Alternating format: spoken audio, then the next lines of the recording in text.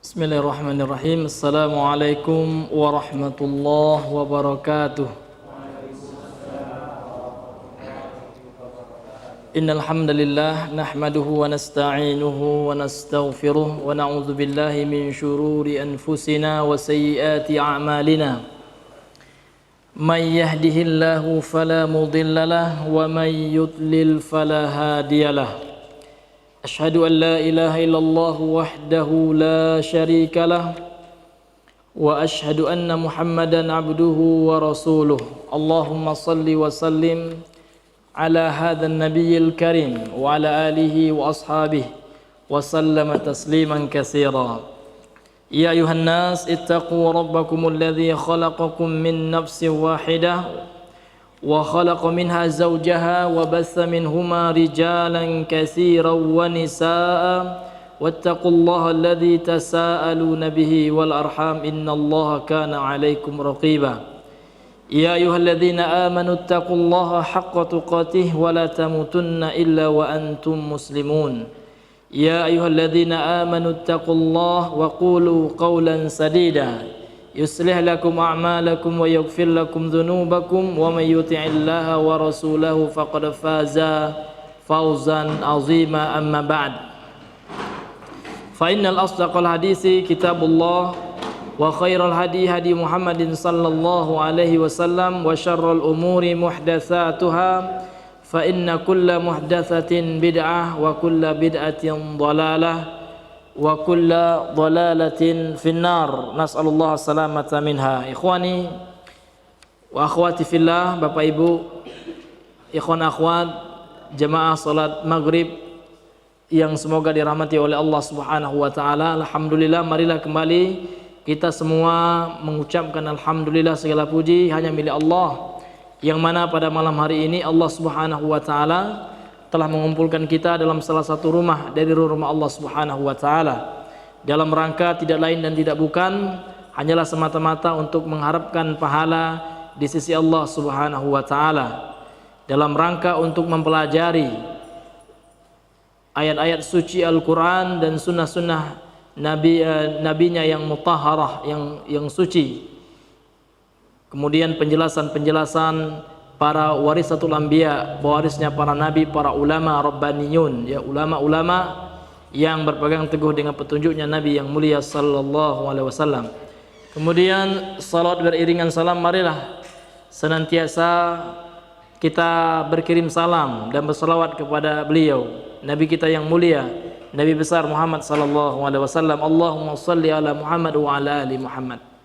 Karena bukti kita cinta kepada Rasul sallallahu alaihi wasallam adalah ketika kita membenarkan apa yang beliau sampaikan, tasdiquhu fima akhbar, kemudian ta'atuhu fima amar, mentaati apa yang diperintahkan oleh Rasul sallallahu alaihi wasallam, wastinabu fima naha wa syajar, ya, kemudian menjauhkan diri kita dari segala yang dilarang dan yang dihardik oleh Nabi sallallahu alaihi wasallam.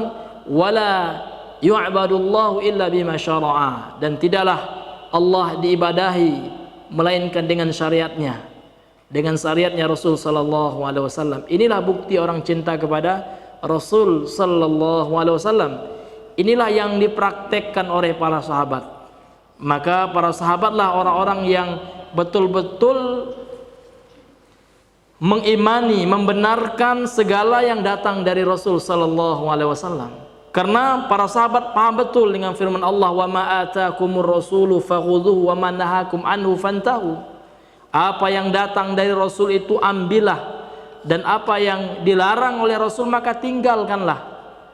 Ini bukti kita cinta kepada Rasul. Maka cinta itu memang ada dalilnya gitu, ada ukurannya. Sekarang kan ada ya pamflet judulnya mencintai Allah tanpa dalil, tanpa bukti, tanpa ukuran. Ini nggak benar ya. Jangankan mencintai Rasulullah gitu ya tanpa dalil. Ya, mencintai Rasulullah, kok kita mencintai Rasulullah harus pakai dalil katanya. Kita bukti-bukti gitu ya. Karena dalil bagian dari bukti, karena Allah yang memerintahkan kita untuk menanyakan bukti. Ya kan? Qul hatu burhanakum in kuntum shadiqin, kata Allah. Katakanlah, tunjukkan mana burhan kalian, mana buktinya, mana gitu. Petunjuknya mana? Maka kita jangan nanti salah kaprah. Ya, cinta namun cinta yang buta. Melakukan sesuatu yang justru tidak menimbulkan keridoan dari seseorang yang kita cintai tersebut. Ada orang yang mengatakan saya cinta ya, saya sayang sama anak saya, maka segala sesuatu saya berikan kepada anak saya, ya kan? Sehingga anak saya berikan mobil, motor ya. Akhirnya anaknya ngebutan ya, tumburan, meninggal. Ini nggak benar cintanya, ya kan? Cinta saja. Ya kan, kalau tidak sesuai dengan aturannya maka tidak benar gitu. Maka cinta itu ada ukurannya gitu. Ada orang mengatakan cinta kepada Allah namun tidak melakukan apa yang Allah perintahkan, apa yang Allah wajibkan, sholat enggak sholat dia. Ditanya cinta Allah, ya cinta. Ini kan enggak benar itu. Jadi cinta itu ada ukurannya, ada tolak ukurnya. Jadi bagaimana orang dikatakan cinta kepada Rasul? Seperti itu ya. Yang pertama, dia membenarkan apa yang dikabarkan oleh Rasul. Karena sekarang ada juga orang mengatakan, dia kan kami ya mencintai Nabi dengan cara ya kan melakukan happy birthday buat Nabi, sama aja itu. Nah, sekarang kan dibikin namanya apa nama itu, Idul Milad ya, atau Maulid, sama aja. Ya kan? Maka ini dia diakui oleh ulama Syafi'iyah sendiri. Al-Imam As-Sakhawi mengatakan bahwasanya ini ada dalam kitabnya ya, perkataan yang sahih kepada beliau. Kenapa umat Islam itu mau melaksanakan Maulid itu? Dalam rangka untuk melihat bagaimana orang-orang Nasara ya kan, mereka memuliakan Tuhan mereka katanya. Tuhan mereka saja yang batil ya, mereka peringati. Padahal kalau dilihat dalam sejarah tidak benar, Nabi Isa itu lahir pada tanggal 25 Desember itu, ya kan? Dan ahli kristologi ini sepakat ya kan, tidak benar. Ini adalah hari dewa-dewanya orang Eropa waktu itu, ya kan? Maka bertepatan dengan hari itu kan mereka menerima agama Nasoro. Maka disesuaikan dengan kebudayaannya gitu kan. Karena memang orang-orang yang sebelum masuk agama Nasrani di Eropa itu, di Vatikan itu, sebelumnya mereka memiliki keyakinan adanya dewa apa, saya lupa itu ya, yang mereka agungkan. Maka dibuatlah ini hari lahirnya Isa. Ini semuanya adalah kedustaan, hadirin yang dimuliakan oleh Allah. Jadi bukti kita cinta kepada Rasul itu bukan melakukan hal-hal yang memang tidak pernah dilakukan oleh orang yang paling mencintai, oleh orang-orang yang paling mencintai Rasul. Siapa Pak? Para sahabat. Sahabat ya kan mau mati untuk Rasul, ya kan, mereka hidup di zaman Rasul, telah berkorban untuk Rasul Sallallahu Alaihi Wasallam. Bahkan Abu Bakar ketika beliau jihad ya kan, beliau infakkan seluruh hartanya. Wahai Abu Bakar, ma tarakta li ahlika, apa yang kau tinggalkan bagi keluargamu? Allah wa rasuluhu, Allah dan Rasulnya aja udah gitu kan. Artinya apa? Dia begitu cinta kepada Rasul Sallallahu Alaihi Wasallam. Para sahabat Pak, kita belum ada apa-apanya gitu, ya kan? Kemudian ulama yang membolehkan itu semuanya itu bukan ulama salaf ya.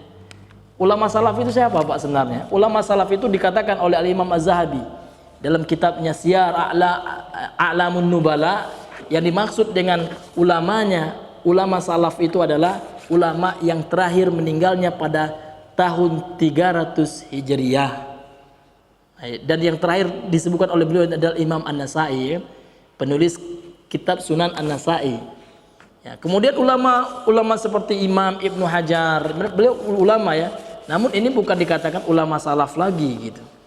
Ya kan? Karena Imam Ibnu Hajar Al-Asqalani sendiri yang dijadikan dalil, kemudian Abu Syamah imamnya, gurunya Imam An-Nawawi, ini bukan lagi termasuk generasi salaf gitu. Iya. Imam Nawawi saja kapan meninggalnya 676 Hijriah. Nah, ini sudah jauh gitu. Bahkan Imam Ibnu Hajar sendiri meninggalnya 852 Hijriah. Ya kan? Maka tidak bisa dikatakan generasi salaf melakukannya ya. Maka Imam Al-Maghrizi ini salah seorang imam bermadzhab Syafi'i juga, namun beliau adalah sejarawan Islam ya. Mu'arikh ya. Ulama ahli tarikh, mu'arikh ya. Beliau memiliki kitab Al-Khutat ya kan. Beliau menjelaskan pertama kali diadakan Maulid itu adalah pada kalau nggak salah saya baca itu pada abad ketiga terakhir Hijriah. Ya, abad yang ketiga terakhir Hijriah yang dilakukan oleh Bani Fatimiyun ya, oleh orang-orang Syiah yang waktu itu menguasai Mesir. Orang-orang Syiah yang waktu itu menguasai Mesir. Maka tidak hanya Maulid Nabi kan, ada Maulid Husain, Maulidul Hasan, ya kan, Maulid Fatimah, ya kan. Ini hadirin yang dimuliakan oleh Allah Subhanahu wa taala, bukan dari golongan Ahlus Sunnah, dan mereka luar biasa mengkafirkan para sahabat Syiah itu. Dan ini sudah ma'ruf ya Pak ya. Kalau berbicara tentang akidah Syiah ini sudah ma'ruf, ya kan, sesuatu yang sangat jauh dari nilai-nilai keislaman. Allahul musta'an. Ini hadirin yang dimuliakan oleh Allah Subhanahu wa taala, karena memang banyak sekali ya kan, kalau kita lihat di media sosial itu ya kan, Wahabi ini melarang Maulid. Ini bukan Wahabi Pak melarang Maulid, nauzubillah. Bapak kenal dengan Imam Asy-Syatibi? Beliau memiliki kitab Al-I'tisam, ulama bermadhab Maliki, terkenal, banyak buku-buku beliau. Orang yang belajar agama ya kan pasti tahu ya kan, kecuali orang awam Pak ya, orang yang belajar agama, yang kuliah di jurusan agama, apalagi jurusan fikih, karena beliau adalah ulama yang mahir di bidang usul fiqh ya kan, dan di bidang tafsir serta hadis ya. Imam Asy-Syatibi punya kitab Al-I'tisam ya, beliau adalah salah satu ulama yang melarang dengan tegas perbuatan ya Maulid ini.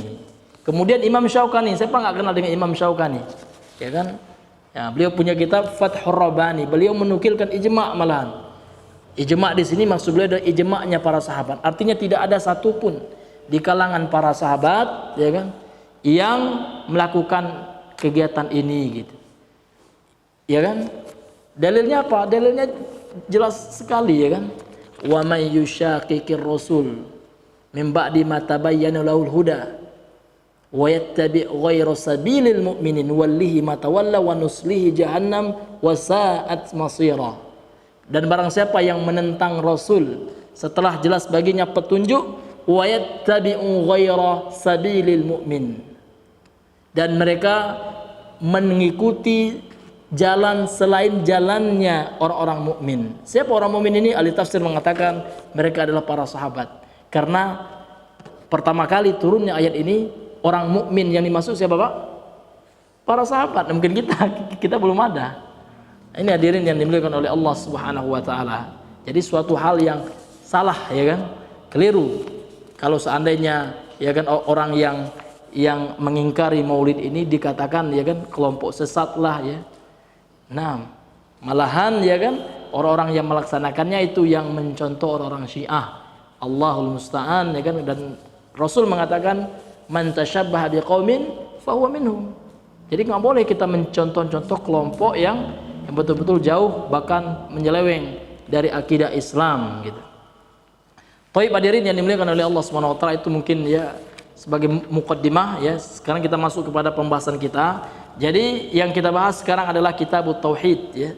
Syarahnya Kitabut Tauhid yang ditulis oleh Syekh Shalih Al-Fauzan ya. Karena belakangan ini kan banyak sekali ya kan ada ya seorang tokoh gitu ya, doktor filsafat ya, mengatakan ini kitab tauhidnya Syekh Shalih Al-Fauzan itu mengandung pemahaman radikal ya. Bahkan dengan bahasa akan melahirkan zombie-zombie nanti penghisap darah gitu kan. Orang yang mempelajari kitab ini, subhanallah ya kan. Ini akan kita kupas di mana gitu. Buktikan gitu. Ya kan?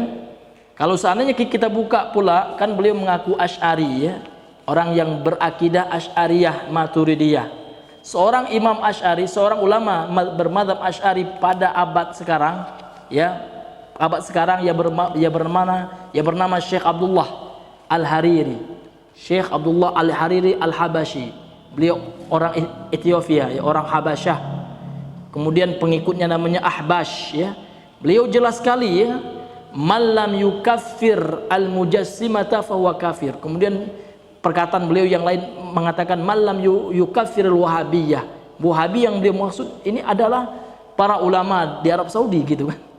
Barang siapa yang tidak mengkafirkan Wahabi katanya, yang beliau gelar dengan mujassimah, maka dia kafir, ya kan? Maka dia kafirkan temannya sesama Sufi Asy'ari, ya kan? Di antara yang dikafirkannya juga adalah Habib Jafri gitu. Karena Habib Jafri dia tidak mengkafirkan, ya kan, para ulama yang mereka tuduh dengan Wahabi gitu. Dikafirkannya juga. Bahkan muridnya saya punya maktok, Pak, ya, saya punya tasjil apa namanya? Rekamannya itu, rekaman YouTube jelas sekali. Ya kan, yang tidak mengkafirkan Wahabi dia kafir, termasuk Ali Jafri ini kafir juga. Ini sekarang siapa yang ekstrim gitu? Ketika kita mengatakan sesat itu bukan berarti kita mengkafirkan lain itu, Pak. Kalau seandainya kita mengatakan sesat, kita dengan dalil gitu. Toh mereka juga mengatakan sesat yang berseberangan dengan mereka. Biasa, Pak, ya. Apa nama itu dengan diskusi ilmiah, dengan pemahaman-pemahaman yang dibangun di atas dalil, enggak apa-apa.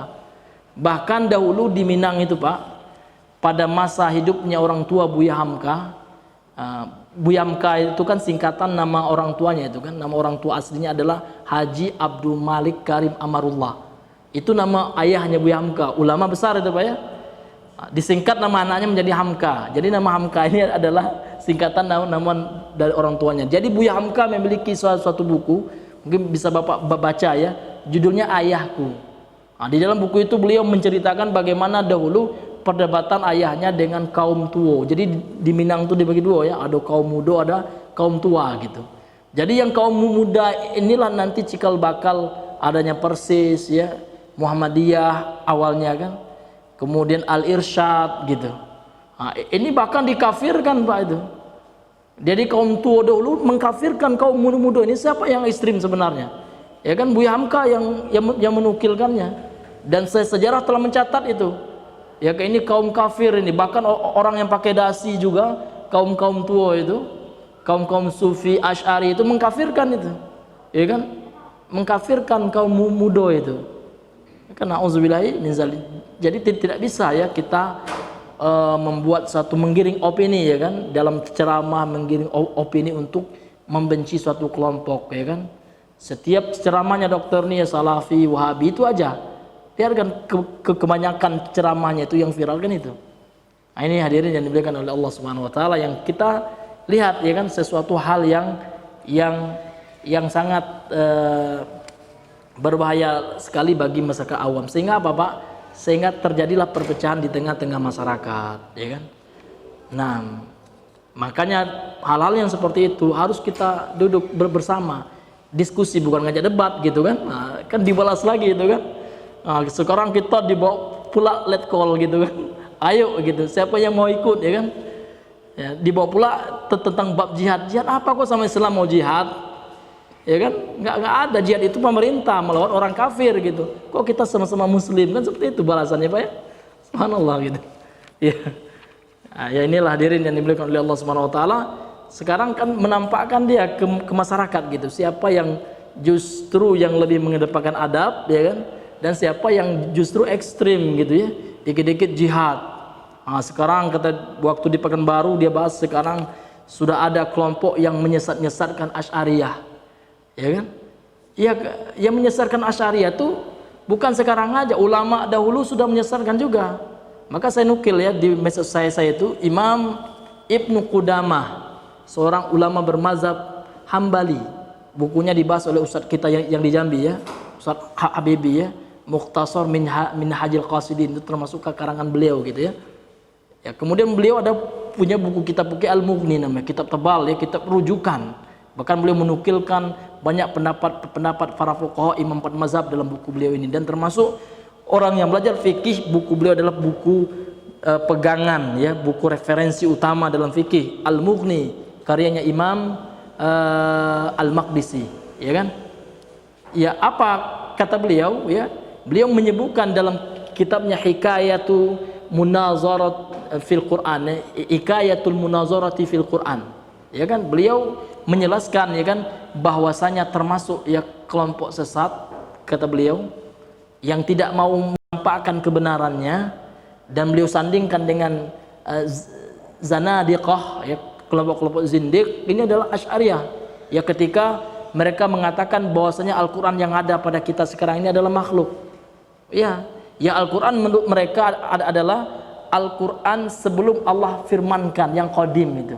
Tapi setelah Allah firmankan itu bukan qadim lagi, itu bukan kalamullah lagi. Jadi mindsetnya Allah, ya kan, sebelum Allah berkata-kata, yang kalamullah, itu yang disebut dengan istilah kalamun nafsi. Nah, dalam Asy'ariyah itu akidah mereka. Sehingga Asy'ariyah itu kalau kita katakan Al-Quran yang sekarang itu apa nih? Itu makhluk gitu. Kalau kita Ahlussunnah enggak, yang tinta-tinta itu memang makhluk. Namun yang ditulis, yang berbahasa Arab itu kalamullah. Allah berbicara dengan Musa, kan Allah mengatakan dalam Al-Quran, wa kallamallahu Musa taklima. Allah betul-betul berbicara dengan Musa dengan suara, iya, suaranya Allah Subhanahu wa taala. Tentu tidak sama dengan makhluk. Mereka mengatakan enggak. Ya, itu bukan kalamullah itu katanya. Itu yang dibantah oleh para ulama. Bahkan Imam Bukhari membuat buku khusus membantah itu. Itu yang disesatkan oleh ulama. Jadi yang menyesatkan Asy'ari bukan Wahabi, itu salah itu. Bukan Ustaz Yazid, Ustaz Yazid ya. Ustaz Yazid ini sesat ekstrim. Ya kan, memasukkan golongan Asy'ariyah ke dalam firqah-firqah sesat dalam kitabnya Mulia dengan manhaj salaf, kan gitu. Salah kaprah itu, Pak. Atau kurang piknik, kan seperti itu. Iya. Ini hadirin yang dimuliakan oleh Allah Subhanahu wa taala. Ini dalam rangka untuk mengkonter ya syubhat-syubhat yang seperti itu yang dikonsumsi oleh masyarakat ya. Ini hadirin yang dimuliakan oleh Allah. Tapi kita mengakui mereka saudara kita, ya kan? Kita berbeda pendapat, udah di hari kiamat nanti Allah yang akan mengadilinya. Enggak apa-apa. Dengan pendapat kita itu sesat, ya kita katakan sesat. Kalau dia katakan kita sesat, enggak apa-apa. Ya kan, asalkan jangan mengkafirkan, kan itu yang ekstrim itu. Asal jangan memprovokasi massa untuk membubarkan suatu kajian. Makanya kajian Ustadz Firanda di Aceh dibubarkan. Siapa yang membubarkan? Orang itulah, gitu. Kajian Ustadz Khalid, ya kan, yang di mana, Sumeneb atau mana itu. Asalkan jangan provokasi seperti itu. Boleh berbeda pendapat, ya nanti Allah aja yang menghukumi, kan seperti itu. Allah yang menghakimi. Kalau menurut saya kan sesat itu. Jangan kita sesama umat Islam dengan orang-orang kafir pun kita berbeda pendapat, kan gitu. Menurut kita orang kafir itu masuk neraka, itu kan keyakinan kita, udah seperti itu. Namun yang salahnya ketika kita memprovokasi, maka nggak boleh dalam ceramah-ceramah ya selalu memprovokasi gitu kan, menyudutkan. Nah, ini hadirin yang dimuliakan oleh Allah Subhanahu wa taala. Baik, hadirin yang dimuliakan oleh Allah Subhanahu wa taala, kita akan memulai kajian kita ya. Kitabut Tauhid ini ditulis oleh Syekh Shalih Al Fauzan yang tadi sempat dikatakan ya kan sebagai kitab yang radikal ya gitu. Ini kitab radikal seperti apa? Ini diajarkan di mana-mana apa ya? Ya kan, di Arab Saudi diajarkan gitu. Di mana radikalnya? Dan beliau penulisnya masih hidup. Nah, teman-teman, itu kan kita harus berakhlak mulia, berbicara dengan hati, dengan kolbu, tabayun. Pernah nggak tabayun dengan Syekh Shalih Al Fauzan gitu? Ya kan? Coba kalau beliau mengatakan ini kitab sesat, tanyakan. Bisa melalui ormas besar gitu kan, bisa. Sekarang itu gampang ya, kalau seandainya beliau orang berpengaruh juga kan gitu. Bisa sampai kepada Syekh Shalih Al Fauzan gitu. Bisa didiskusikan kepada beliau gitu. Jangan main di belakang gitu, Pak ya. Iya, main berbicara di belakang tidak berani terus terang gitu. Di mana adab kita bertabayun kan gitu. Katanya kita harus selalu klarifikasi sama umat Islam ya. Kenapa menuduh seperti itu saja? Ya, tanpa mendatangkan bukti yang kuat gitu. Baik hadirin yang dimuliakan oleh Allah Subhanahu wa taala, kita mulai ya dengan muqaddimah. Ya, ini kitabnya judulnya Al-Mulakhas. Al-Mulakhas itu ya berasal dari kata lakhaso ya, yulakhisu talkhisan talkhisatan ya. Ya, mulakhas ini masdar ya dari kata lakhaso yang bermakna ringkasan. Ringkasan dari kitab ya, ringkasan syarah dari Kitabut Tauhid Syekh Muhammad bin Abdul Wahhab rahimahullahu taala. Bismillahirrahmanirrahim. Kemudian beliau memulai dengan membacakan basmalah ya. Kenapa banyak para ulama ya kan yang memulai karangan-karangan beliau dengan basmalah ya? Yang pertama iqtidaan bi kitabillah, karena mencontoh Al-Qur'an. Karena Al-Qur'an itu mabduun, ya, dimulai dengan basmalah. Al-Fatihah dimulai dengan basmalah. Ya kan? Kemudian surah Al-Baqarah basmalah. Cuma ada satu surat yang tidak dimulai dengan basmalah. Surah apa itu, Pak? Ya, At-Taubah atau Al-Bara'ah, ya. Namun seluruhnya selain surat itu semuanya dimulai dengan basmalah.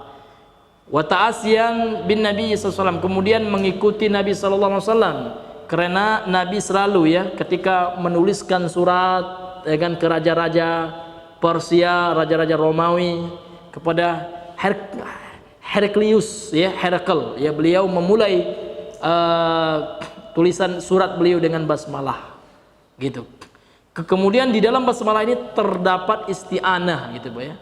Terdapat permohonan pertolongan kepada Allah. Jadi setiap kegiatan yang kita mulai dengan basmalah berarti di dalamnya terdapat kita meminta tolong kepada Allah. Semoga perbuatan kita yang kita lakukan, pekerjaan yang akan kita kerjakan dimudahkan oleh Allah Subhanahu wa taala. Makanya huruf ba, huruf jar ba, bismillah, ba di situ maknanya dalil isti'anah, ya. Artinya dengan membaca basmalah kita memohon, ya kan, dengan membaca asma Allah, nama Allah ini kita memohon pertolongan kepada Allah dari setiap apa yang kita lakukan, ya. Kemudian di dalamnya juga terdapat permintaan berkah, tabarruk. Ini ya, tabarruk. Jadi nggak benar, ya, ada orang mengatakan ya salafi nggak ada yang namanya tabarruk. Kita membenarkan tabarruk. Tabarruk itu kan meminta berkah dengan cara yang benar, gitu, yang ada dalilnya, kan gitu, simpel aja, Pak. Jadi Ahlussunnah itu nggak ini, ya, nggak rumit beragama, gitu, simpel aja, ya kan. Kita hanya melaksanakan apa yang ada di dalam sumber agama, itu saja, Al-Quran dan Sunnah, dan bagaimana yang diamalkan oleh para sahabat, itu saja, tidak lepas dari tiga hal itu, ya kan. Jadi termasuk bertabaruk yang dianjurkan adalah bertabaruk dengan nama-nama Allah. Bertabaruk itu artinya kita mencari keberkahan. Jadi tatkala seseorang melakukan suatu perbuatan atau pekerjaan dimulai dengan basmalah, maka dia sedang memohon keberkahan kepada Allah supaya pekerjaan yang akan dia lakukan, perbuatan yang akan dia laksanakan itu diberkahi oleh Allah Subhanahu wa taala. Makanya kita baca basmalah. Ini luar biasa, Pak. Basmalah ini ada ulama yang mensyarahnya itu panjang sekali, ya, tentang bagaimana rahasia di balik basmalah ini. Ya, di antara fungsi basmalah ini disebutkan oleh para ulama, ada yang mensahihkan hadisnya, ada pula yang mendhaifkan, ya kan. Nah, salah satu hadis tentang keutamaan basmalah itu adalah basmalah itu bisa menjadi penghalang, ya kan, antara penglihatan jin dan auratnya anak Adam. Makanya dianjurkan, ya kan, seseorang yang ingin membuka pakaian, ingin mandi, ganti pakaian, baca basmalah. Karena secara otomatis Allah Subhanahu wa taala dengan kekuasaannya akan menutupi pandangan penglihatan jin. Karena jin itu, ya, Allah sifati mereka huwa wa qabiluhu yarawnakum min haitsu la tarawnahum, ya kan. Para jin itu, ya kan, makhluk gaib itu, mereka bisa melihat kalian min haitsu la tarawnahum, sementara kalian tidak bisa melihat mereka. Ini kelebihannya.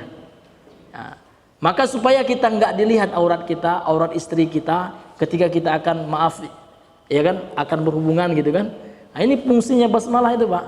Karena Nabi mengatakan sitru ma baina ayunil jins wa aurati bani Adam bismillah, ya kan. Maka pembatas, asitru itu kan pembatas, ya kan, hijab, gitu, yang bisa membatasi antara penglihatan jin, ya kan, dan auratnya anak Adam adalah basmalah. Maka hendaknya mereka membaca basmalah. Makanya, Pak, kalau kita masuk WC kan kita ucap basmalah dulu. Bismillah Allahumma inni a'udzubika minal khubuthi wal khaba'is. Ya Allah, dengan menyebut nama Allah, bismillah, gitu, ya kan.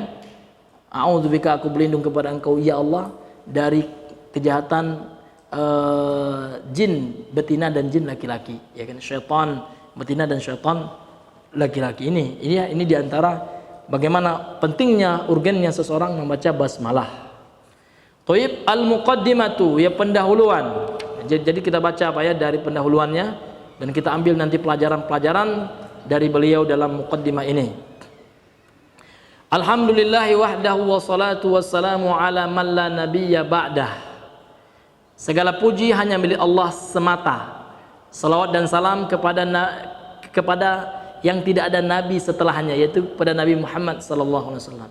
Man la nabiyya ba'dah ini terdapat dalam hadis yang sahih, dan Al-Qur'an pun mengatakan bahwasanya Rasulullah itu adalah khatimun nabiyyin, penutupnya para nabi dan rasul. Nabi juga mengatakan dalam hadis sahih, ya kan, la nabiyya ba'di, tidak ada lagi nabi setelahku.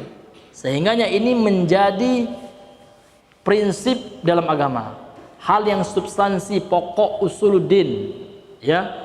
Kalau seandainya ada orang yang menyelisih kita, ada orang mengatakan ada nabi kok setelah Nabi Muhammad itu ada nabi, maka ulama sepakat nih, ijma, dia telah murtad, dia keluar dari Islam, kecuali dia memang orang bodoh gitu. Misalkan dia orang kubu gitu, baru masuk Islam, nggak tahu dia masuk, baginya pemahaman salah.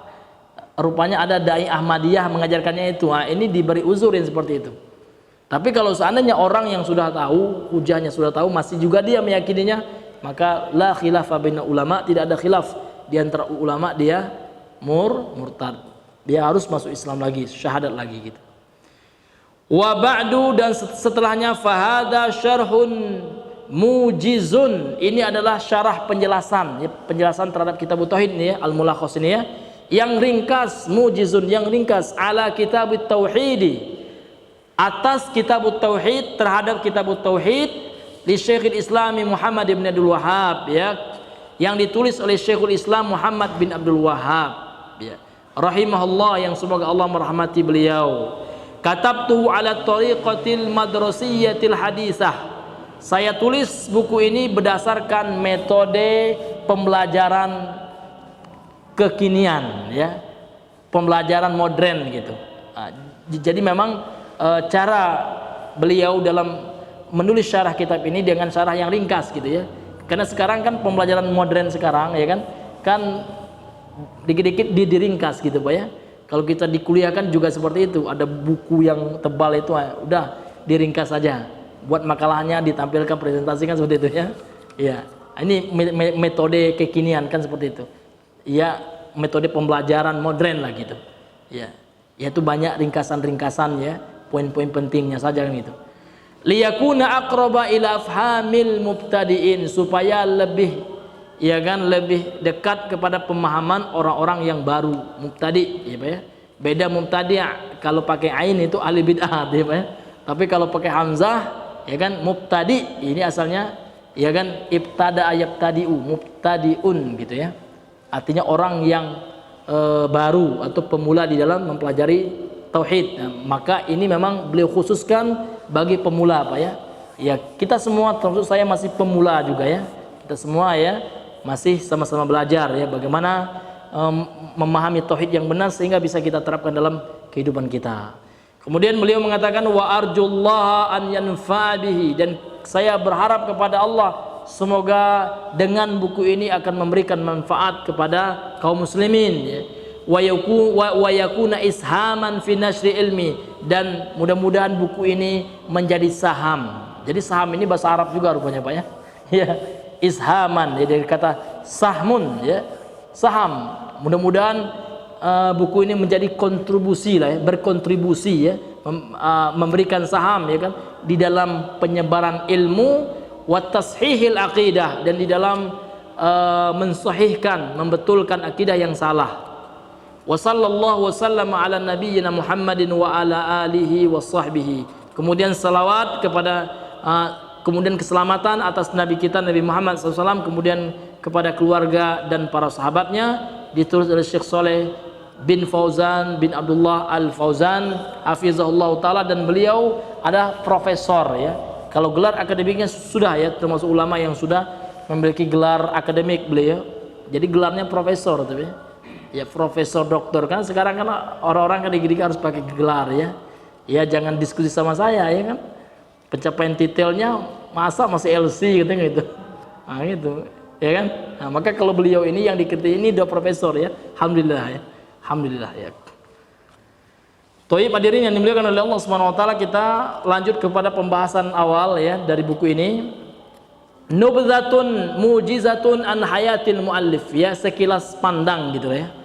Ya, dari kehidupan penulis atau sirah zatiyah, ya biografi dari penulis buku ini. Jadi yang penulis syarahnya beliau Syekh Shalih Al Fauzan. Namun yang akan Syekh Shalih Al Fauzan jelaskan kepada kita adalah biografi penulis matannya. Siapa bang penulis matan kitab ini? Syekh Muhammad bin Abdul Wahhab. Itu yang akan beliau jelaskan. Bagaimana kehidupan beliau, bagaimana penjabaran sekilas ya tentang sirahnya beliau, ya tentang biografinya beliau. Nasabuhu, nasabnya, ini nama beliau sampai ke kakek-kakeknya gitu kan. Wa Syekh Muhammad bin Abdul Wahhab ibni Sulaiman bin Aliyin. Beliau adalah Syekh Muhammad, jadi nama beliau adalah Muhammad. Itu nama beliau Pak, nama aslinya Muhammad beliau. Ibnu Abdul Wahhab, anaknya Abdul Wahhab, jadi nama ayahnya Abdul Wahhab. Jadi ada orang yang bilang Wahabi ini sebenarnya ayah beliau yang disingging ya. Ya kan, nama ayah beliau Abdul Wahhab gitu. Ya. Ada pula sebagian orang salah ya, Muhammad bin Wahhab gitu. Apa pula bin Wahhab? Bin Abdul Wahhab, itu yang benar ya Pak. Ya, Muhammad bin Abdul Wahhab. Jadi nama ayah beliau Abdul Wahhab. Ibni Sulaiman, anak dari Sulaiman kakek beliau. Ibni Ali, ya ayah dari kakek beliau bernama Ali. Min Ali, ya musyrifin, ya min Ali musyrif, ya kan dari keluarga syaraf ya, termasuk keluarga yang terpandang lah beliau ya di sukunya ya. Min qabilati Bani Tamim al-masyhurah, min qabilati Bani Tamiminil masyhurati. Beliau berasal dari kabilah itu artinya suku ya Pak ya. Ya, suku Bani Tamim yang terkenal. Sesuku beliau satu kabilah dengan sahabat yang mulia Abu Bakar Siddiq At-Tamimi. Jadi sahabat mulia Abu Bakar Siddiq itu juga dari Bani Tamim ya, dari Bani Tamim ya, beliau juga dari Bani Tamim, jadi sukunya dari Bani Tamim. Beliau Taimi ya, Taimi kalau dinisbahkan dengan suku namanya Taimi ya. Wa imamud da'wati salafiyah fi Najd, dan beliau adalah imam ya dakwah salafiyah, dakwah yang mengajak kepada Al-Quran dan Sunnah sesuai dengan pemahaman para sahabat. Itu Pak, dakwah salafiyah. Jadi nggak ada yang salah Pak. Jadi sebelum orang-orang berpemahaman negatif itu salafi itu apa? Salafi itu tahu nggak artinya apa kan gitu? Ya, salafi itu artinya Pak orang yang mengikuti salaf. Salaf itu siapa? Rasulullah. Masa salah gitu? Ada yang nggak mau ngikut Rasul nggak Pak? Ya, dia bukan kelompok ormas Pak. Misalkan ada orang NU tapi dia mengikuti Nabi, ya salafi juga gitu kan? Iya kan? Ya, tapi memang keyakinannya, amalannya sesuai dengan pemahaman salaf ya kan. Namun di KTP-nya ada ya kan anggota NU misalkan Pak ya. Ya salafi juga, karena salafi itu bukan organisasi. Iya kan? Ya, dia bukan partai gitu. Dia bukan milik sekelompok orang gitu. Maka salah gitu Pak ya. Salafi itu adalah kenapa ada istilah salafi itu dijelaskan oleh para ulama. Ya kan, kok nggak Islam sah saja? Kan dalam Al-Quran kan Allah SWT mengatakan wasammakumul muslimina min qablu, kan seperti itu. Dan ya kan, dan kami telah menamakan kalian itu umat Islam saja sebelumnya, kan seperti itu ya. Jadi nggak ada nama lain. Saya cari nama Islam itu di awal-awal pada masa Nabi ya kan, sebelum munculnya kelompok-kelompok yang juga beragama Islam namun menyelisihi pemahaman para sahabat ya kan. Ya, jadi di masa sahabat semuanya itu namanya muslim saja. Namun kenapa timbul istilah Ahlussunnah wal Jamaah gitu ya, timbul istilah salafiyah ini dalam rangka membedakan dari orang-orang yang tidak mengikuti salaf gitu Pak. Maka adalah istilah seperti ini. Maka hadirin yang dimuliakan oleh Allah Subhanahu wa taala, maka salafi itu apa? Ya orang mengikuti Nabi, udah mengikuti para sahabat, pemahamannya para sahabat. Jadi kalau seandainya orang tahu apa maknanya itu, mereka tidak akan mengingkarinya Pak ya. Kan sekarang kan nggak tahu gitu, ya kan? tidak tahu. Makanya ya kan ada istilah di tengah masyarakat, ya tidak sayang karena nggak tahu ya, nggak tahu maka tak sayang gitu ya. Makanya setelah orang mempelajari betul ya kan, mempelajari betul apa itu sih yang dinamakan salafi itu, apa sih itu wahabi itu kan, itu pelajari Pak ya. Kita pelajari, jangan kita termakan gitu ya oleh provokasi yang ada di media sosial gitu. Maka kita pelajari. Maka kalau seandainya kita betul-betul mempelajarinya dengan niat yang ikhlas, yang mengharapkan pertolongan dari Allah, insya Allah Allah akan memberikan kepada kita al-haq ya, kebenaran itu dengan izin Allah Subhanahu wa taala. Mungkin ini dulu ya, nanti kita sambung sedikit ya setelah salat Isya nanti. Subhanakallahumma bihamdika asyhadu an la ilaha illa anta astaghfiruka wa atubu ilaik. Assalamualaikum warahmatullahi wabarakatuh.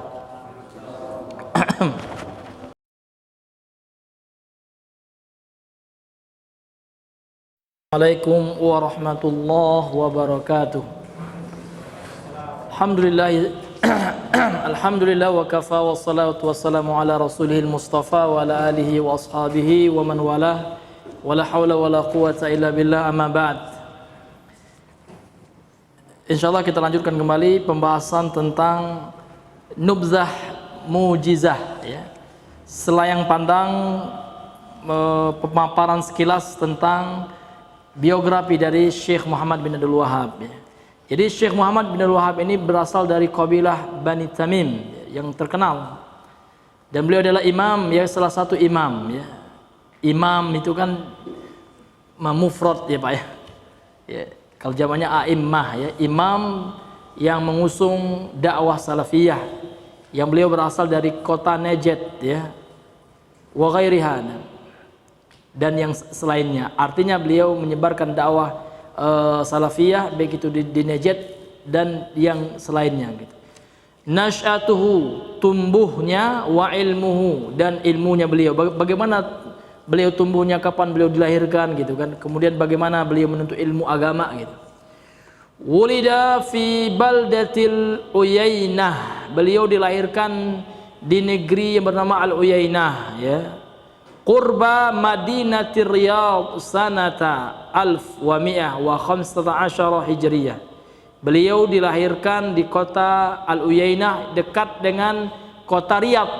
Kota Riyadh ini adalah asimatus Saudiyah, Mamlakatis Saudiyah Al-Arabiyah ya.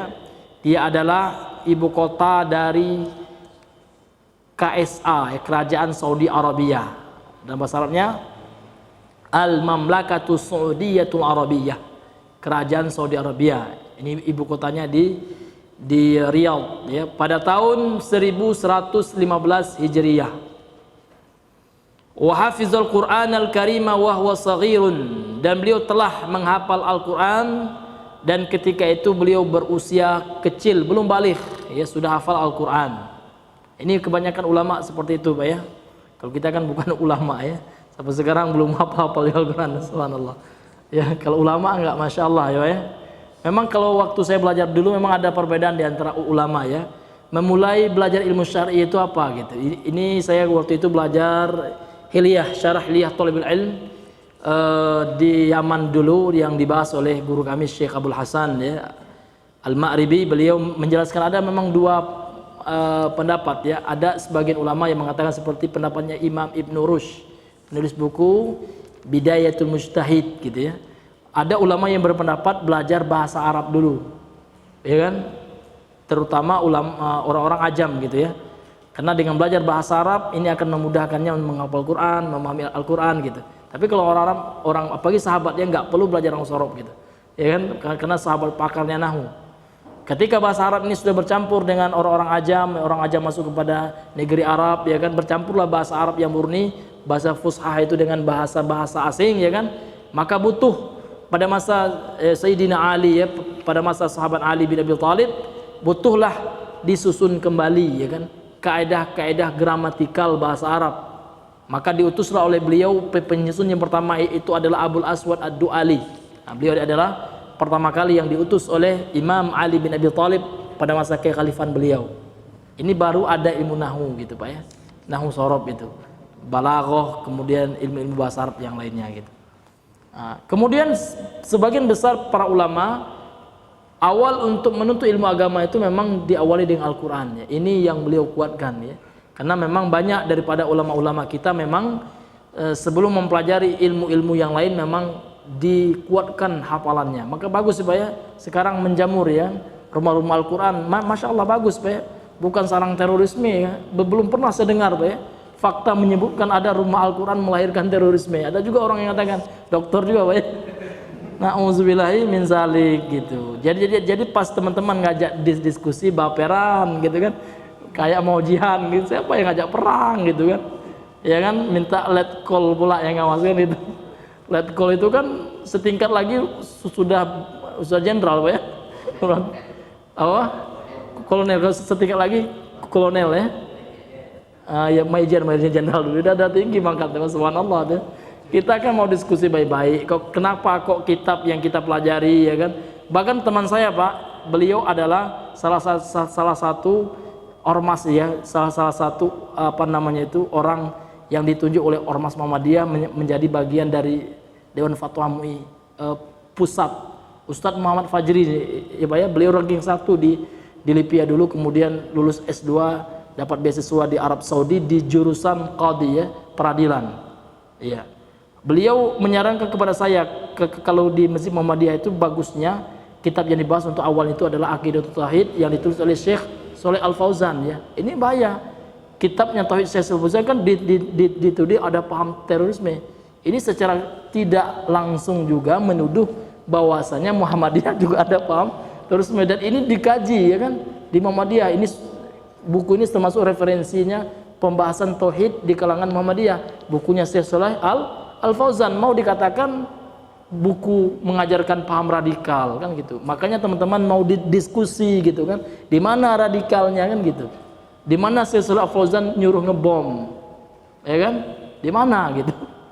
Ini ya bukan ngajak debat ya, bukan ngajak perang kan, enggak Pak ya. Mantap sama muslim perang, kita harus ya kan bersaudara sama muslim. Itu yang teman-teman di Ranah Minang kemarin itu yang sempat viral Pak ya. Untuk itu fungsinya gitu, tujuannya untuk itu gitu Pak. Iya, karena ini menyangkut ya kan sebagian kaum muslimin, karena buku ini sudah menjadi referensi bukan hanya di dunia Pak ya, bukan hanya di Indonesia ya, sudah mendunia ini. Sudah diterjemahkan ke dalam berbagai bahasa, bahasa Rusia, bahasa Cina gitu.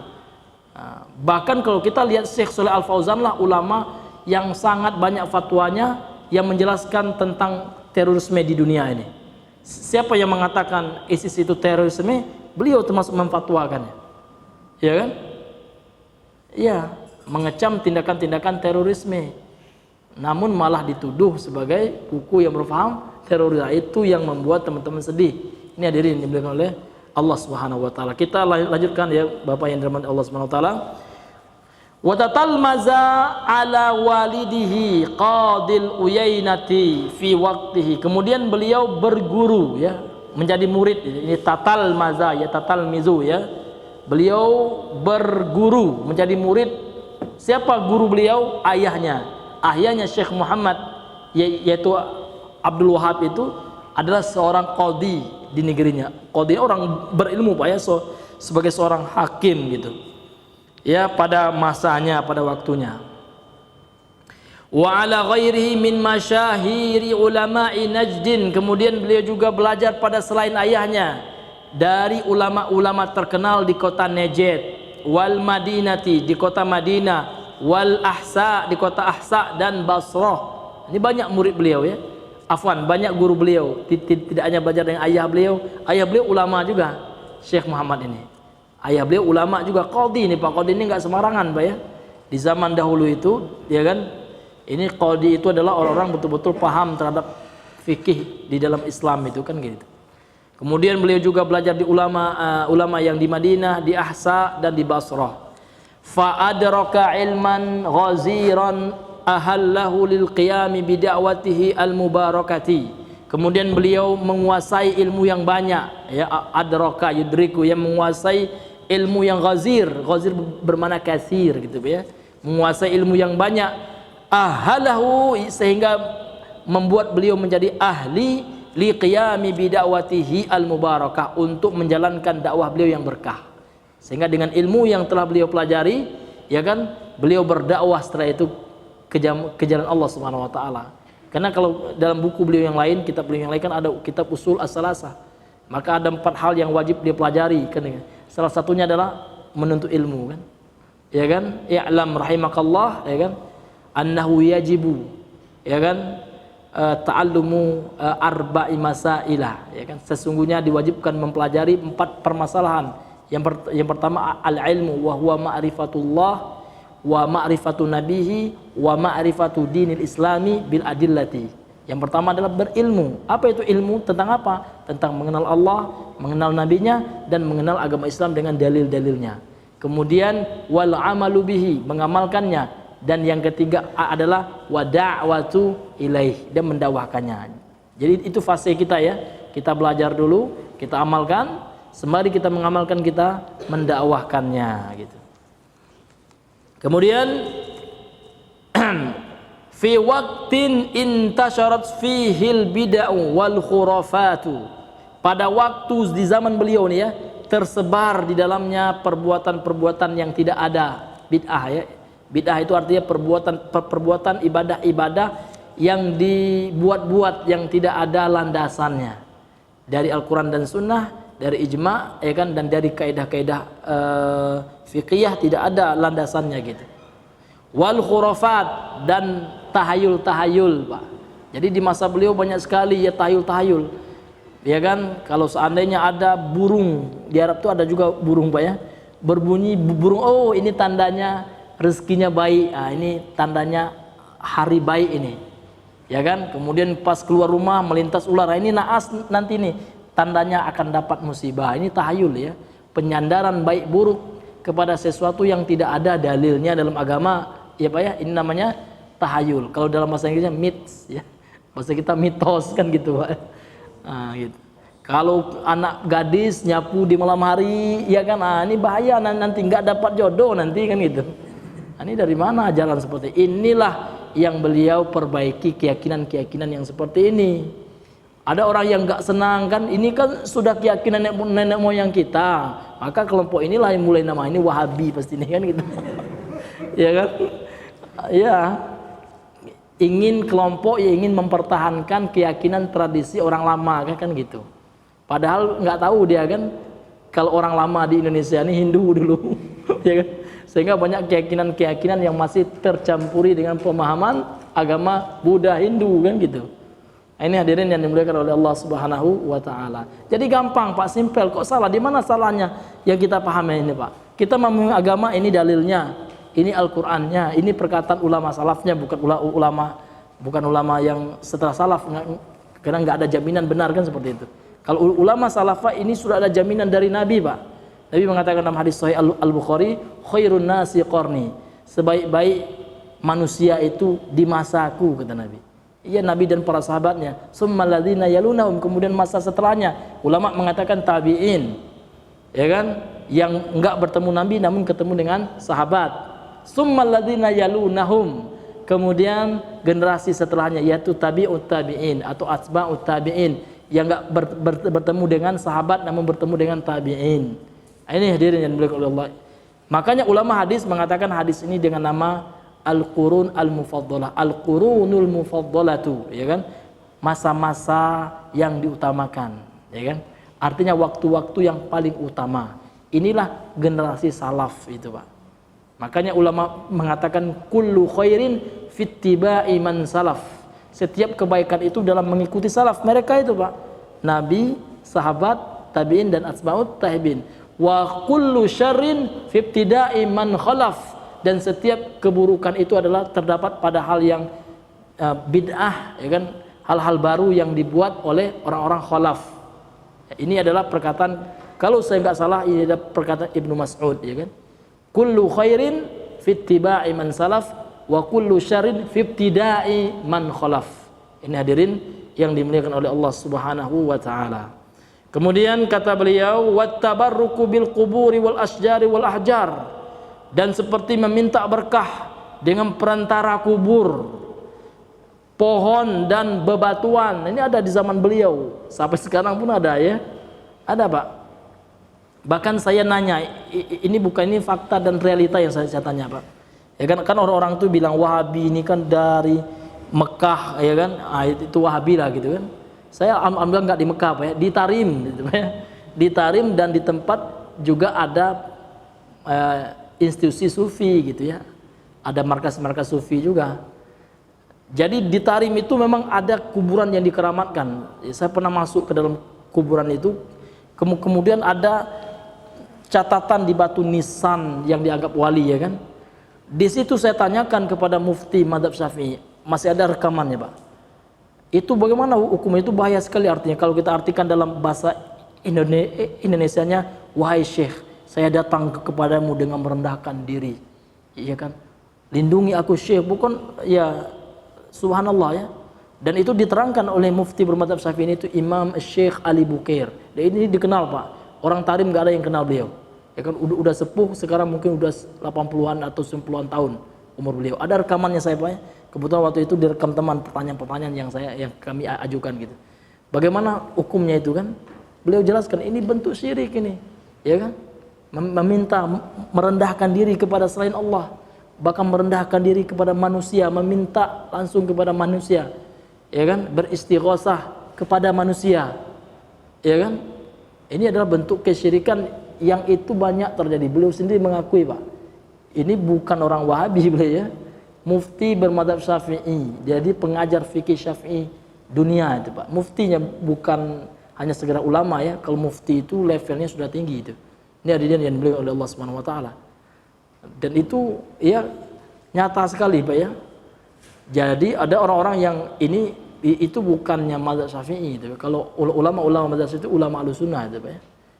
Karena di dalam Islam ini memang kita akui itu ada mazhab itu Pak ya. Ya ada mazhab Hambali. Enggak apa-apa kita belajar agama lewat mazhab Hambali, enggak apa-apa Pak. Selama kita mengetahui dalilnya gitu, enggak apa-apa. Ya kan, selama kita tahu hujahnya apa kan, seperti itu. Yang dilarang oleh ulama itu fanatik pada mazhab, ya kan, sehingga ketika ada keliru dalam mazhab itu tetap mazhab itu saja yang diikuti, ya kan, dia tidak lagi mempelajari mazhab yang lain, ya kan, menganggap mazhab yang lain yang salah, itu yang nggak boleh, ya kan. Kalau mempelajari fikih dalam mazhab tertentu itu boleh. Bahkan di Saudi itu kan banyak ulama-ulama yang menyandarkan diri kepada mazhab Hambali gitu.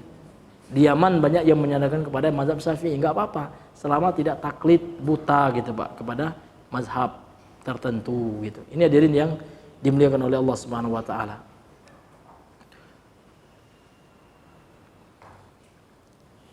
Wa tabarruku bil quburi wal asjari wal ahjari faqama rahimahullah, maka beliau rahimahullah Syekh Muhammad bin Abdul Wahhab, beliau ya menjalankan dakwah, faqama bid da'wati, beliau menjalankan dakwah ila tashihil aqidah, ya kan, kepada pemurnian akidah, pembenaran akidah. Jadi keyakinan-keyakinan yang salah tadi, ya kan, beliau jelaskan, ya kan, ini salah ya, akidah ini enggak benar, keyakinan seperti ini keliru, khurafat ini mitos gitu.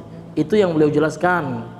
Wa ikhlasil ibadati lillahi wadahu, kemudian beliau menyuruh umatnya untuk kaum beliau ya, menyeru masyarakat beliau untuk mengikhlaskan setiap peribadahan kepada, ini tauhid Pak ya. Karena di antara bagian daripada tauhid, tauhid itu artinya mengesahkan. Bagian dari bentuk mengesahkan Allah, mengajak orang mengesahkan Allah di dalam peribadahan. Apa maksudnya? Ibadah yang kita lakukan ini kita hanya untukkan kepada Allah saja. Kita peruntukkan, kita berikan hanya untuk Allah. Salat kita kan sering kita baca itu kan. Inna salati wa nusuki wa mahyaya wa mamati lillahi Rabbil alamin gitu. Ini adalah ayat terang jelas ya tentang bagaimana seorang itu harus meyakini seluruh ibadah yang dilakukan hanya dia berikan kepada Allah. Ketika dia berikan ibadahnya, ya kan, sholatnya tidak hanya kepada Allah lagi, kemudian ada niat-niatnya, itulah yang syirik itu. Terkadang syirik kecil riya, ya kan, terkadang juga syirik besar ya. Bahkan ilmu agama ini Pak, ini adalah ibadah. Kita menuntut ilmu agama adalah ibadah. Maka nggak boleh kita sombong dalam ibadah, nggak boleh kita sombong petang-petang kita udah sholat, ya kan, kita sombong dengan orang lain, itu sholatnya apa, itu sholat wajib aja, saya sholat tahajud, nah ini nggak boleh.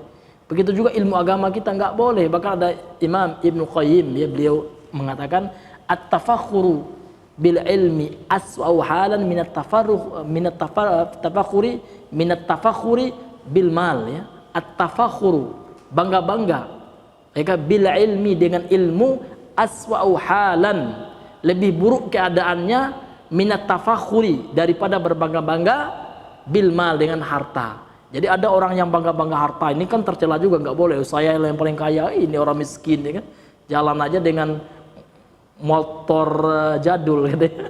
Saya dengan mobil gitu. Ini kan harta, Pak ya. Itu kan tercela. Lebih tercela lagi kata beliau kalau ada orang berbangga-bangga dengan ilmunya. Saya sudah belajar hadis ya. Orang tuh hadis arba'in aja mungkin salah-salah kan. Ini nggak boleh itu, Pak. Itu sombong ya. Ya kan? Takabur itu sifat iblis kan gitu. Ketika Allah suruh iblis sujud ya kan kepada Adam, iblis mengatakan sombong nih, ana khairu minhu, saya lebih baik daripada dia, ya kan, seperti itu. Maka sombong itu nggak boleh. Meskipun terhadap orang sombong nggak boleh sombong juga kita ya. Meskipun ada juga yang mengatakannya at-takabburu, ya kan, bil alal mutakabbiri shadaqah. Ada yang mengatakan ini nggak ada hadisnya tuh, Pak ya. At-takabbur, berlaku sombong, alal mutakabbir, terhadap orang sombong, shadaqah katanya. Sehingga ini membuat orang ya kita harus sombong nih ya. Jadi orang yang sombong tuh ya kita sombong sekaligus ya, dia pakai ya mobilnya apa Avanza, kita bawa Pajero gitu. Kita nggak boleh juga, Pak, nggak ada itu, Pak. Kita harus tawadhu, ya kan, itu yang dianjurkan, ya kan. Ya, tidaklah seseorang itu ma tawadhu alillah illa rafa'ahullah, kan. Tidaklah seseorang itu tawadhu, merendahkan hatinya karena Allah Subhanahu wa taala, kecuali Allah akan mengangkat derajatnya, kan, seperti itu. Nggak boleh, Pak ya. Ada orang sekarang yang sombong dengan ilmunya ini, nauzubillah, dia harus istighfar kepada Allah, takut kepada Allah Subhanahu wa taala. Ya kan, ini bagian daripada qalbu itu. Jadi kalau kita berbicara tentang hati, ini bagian daripada hati. Ya kan? Kalau kita sekarang belajar hati, pembahasan qalbu, kita berbicara dengan qalbu, namun kita merendahkan orang. Di mana ilmu qalbunya gitu? Harus dimurojaah lagi gitu kan. Prakteknya seperti itu. Terkadang orang banyak tahu memang, Pak ya. Kita harus tawadhu, ya kan? Kita harus nggak boleh merendahkan orang, namun dalam praktiknya itu sulit, Pak ya. Itu mohon kita doa, Pak, doa kepada Allah supaya Allah berikan kepada kita kekuatan untuk bisa mengamalkan ilmu yang kita pelajari gitu. Kemudian beliau mengatakan ya, wa allafa iddata kutubin, kemudian beliau telah menulis, ya kan, sejumlah kitab, min ashariha hadzal kitabi, dan yang paling terkenal adalah kitab ini, kitab tauhid yang akan kita pelajari ini.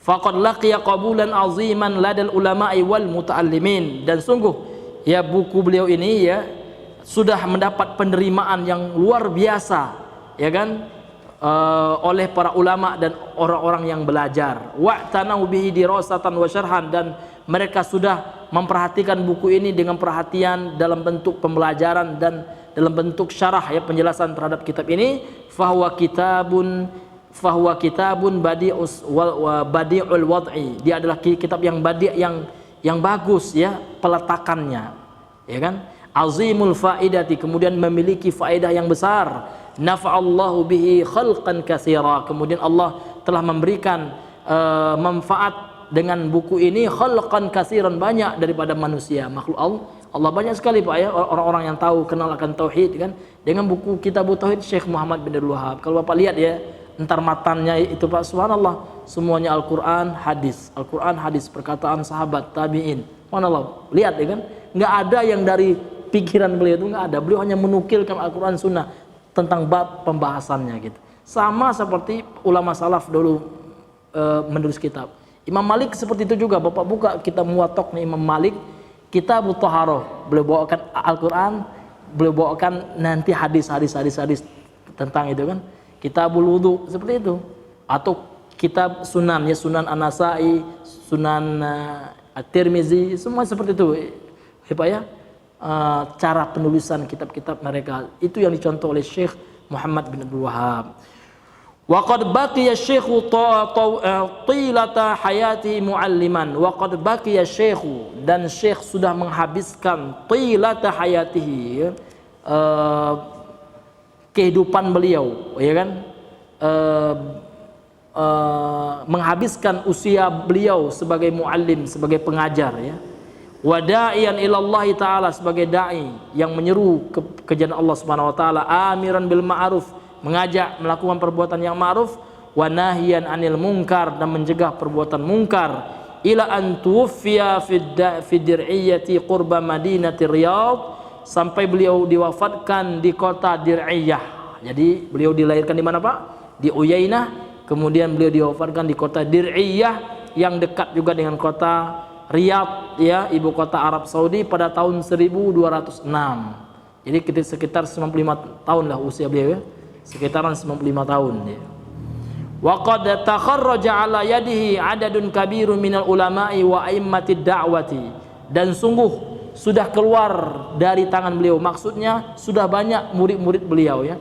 Adadan kabirun, ya kan, sejumlah besar minal ulama'i, daripada para ulama yang dahulunya murid beliau menjadi ulama besar gitu Pak, ya.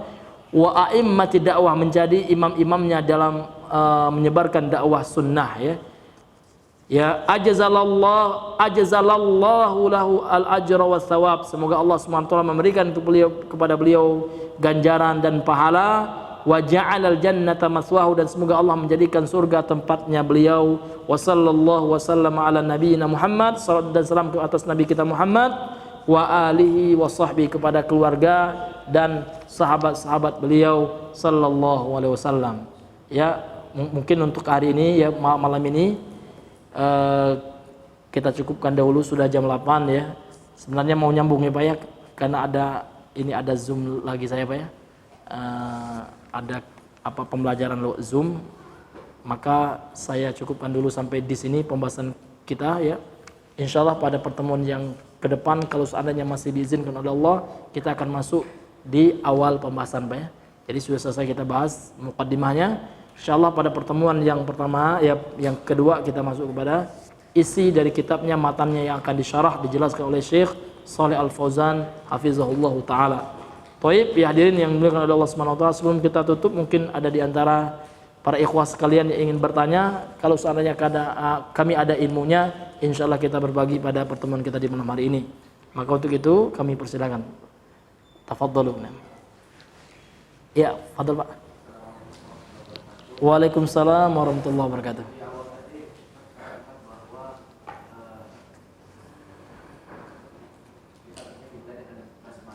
Iya. Iya. Iya. Iya. Tapi di luar itu cukup bismillah saja. Tidak perlu. Oh gitu ya. Iya. Oh, hanya pas baca Al-Quran saja gitu Pak, ya? Iya. Tapi di luar itu bismillah saja. Iya, iya, yang saya tahu gitu Pak, ya, yang saya tahu itu yang di luar itu walau alam apakah seluruhnya itu nggak bisa bismillah, saya nggak tahu ya. Namun ya, menulis buku itu kan, ini memang dianjurkan, ya kan, memulai dengan Bismillahirrahmanirrahim, lengkap ya Pak, ya, lengkap. Kemudian di dalam menulis surat, ya kan, Bismillahirrahmanirrahim, ya karena itu memang ada dalilnya gitu. Dan Nabi Sulaiman ini dalam Al-Quran, ya, innahu min Sulaiman innahu bismillahirrahmanirrahim, ketika Nabi Sulaiman mengirim surat ke Ratu Bilqis di Sabah itulah Yaman itu Pak, ya, di Ma'rib itu Sabah itu Pak, ya. Karena waktu itu kami pernah ya lihat singgasana Ratu Bilqis, ya kan, ada di Sabah itu kan, di Ma'rib itu ya. Jadi ketika Nabi Sulaiman mengirim surat ke Sabah, ya, beliau mengirim dengan menulis Bismillahirrahmanirrahim gitu Pak, ya. Namun apakah selain menulis Al-Quran, ya kan, selain menulis kitab-kitab, ya kan, menulis surat, ya kan, di luar itu tidak boleh pakai Bismillahirrahmanirrahim? Wallahu alam, saya nggak tahu. Tapi yang saya tahu seperti makan memang dianjurkannya cuman Bismillah saja. Karena dalam hadis itu Nabi mengatakan, ya ghulam samillah. Ya, samillah itu artinya sebut nama Allah. Sebut nama Allah itu seperti apa ya? Ringkasnya Bismillah gitu. Jadi Nabi tidak mengatakan ya ghulam kul Bismillahirrahmanirrahim, katakan Bismillah, kan enggak. Nabi mengatakan ya ghulam samillah gitu aja. Apakah aktivitas yang lainnya itu hanya cukup Bismillah saja? Wallahu alam, enggak tahu Pak, ya. Ya. Nah, Taib, ada yang lain Pak? Iya. Fadal Pak. Fadal Bang. Waalaikumsalam warahmatullahi wabarakatuh.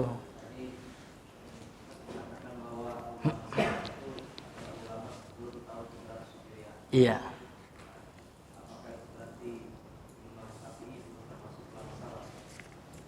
Imam Syafi'i kita lihat ya.